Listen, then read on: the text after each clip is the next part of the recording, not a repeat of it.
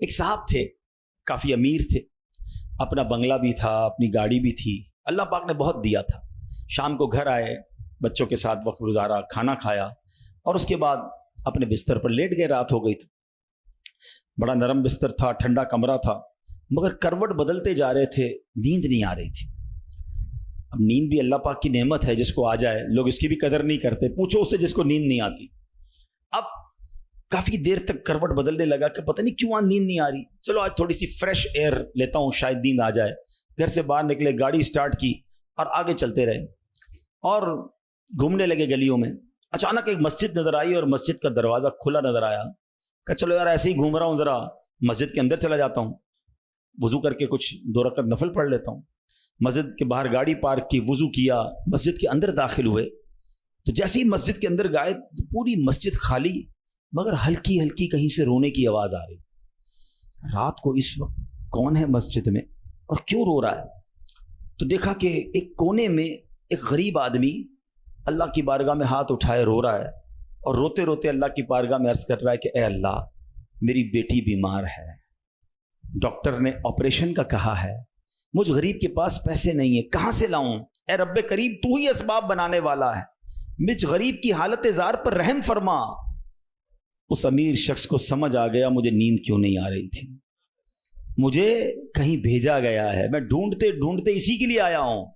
اللہ اکبر۔ وہ غریب کے پاس گیا، جیب میں جتنی رقم تھی نکال کر اس کو پیش کر دی کہ بھائی یہ لے لو اور میرا یہ کارڈ بھی رکھ لو، کبھی بھی ضرورت پڑے تو مجھ سے بات کر لینا۔ اس غریب شخص بھی کیسا خوددار تھا، اس نے کارڈ واپس دیا کہ مجھے ایڈریس کی ضرورت نہیں ہے، میرے پاس ایک ایڈریس موجود ہے۔ تو کون سا ایڈریس موجود ہے؟ بولو یہ ایڈریس ہے نا، اللہ کی بارگاہ میں آیا، اس نے تمہیں بھیج دیا، جب دوبارہ ضرورت پڑے گی تو بھی اسی کی بارگاہ میں آ جاؤں گا۔ سارے دروازے بند ہو جائیں، میرے کریم کا دروازہ کھلا ہوتا ہے۔ ہمارا پرابلم ہے ہم جاتے ہی نہیں اس کے پاس۔ اچھا اپنا ایک چھوٹا سا ٹیسٹ لے لو نا، تاکہ اندازہ ہو جائے گا آپ کو۔ کبھی بھی آپ کو بیماری ہو، پیٹ میں درد ہو، سر میں درد ہو، پاؤں میں درد ہو، چوٹ لگ جائے، پہلے کون یاد آتا ہے؟ ڈاکٹر۔ ڈاکٹر کے پاس چلو، یار بڑا درد ہے، کسی کو معلوم کرو کیسے علاج ہوگا، دوائی۔ میں نہیں کہتا ڈاکٹر کے پاس نہیں جانا چاہیے، لیکن پہلے ہمیں اللہ یاد آنا چاہیے۔ اے اللہ تو شفا دینے والا ہے، کرم کر دے مالک۔ کاروبار میں نقصان ہوا، فیملی میں پرابلم ہوا، واٹ ایور پرابلم، سب سے پہلے ہمیں دنیا والے سورس وکیل، پولیس، یہ یاد آتے ہیں۔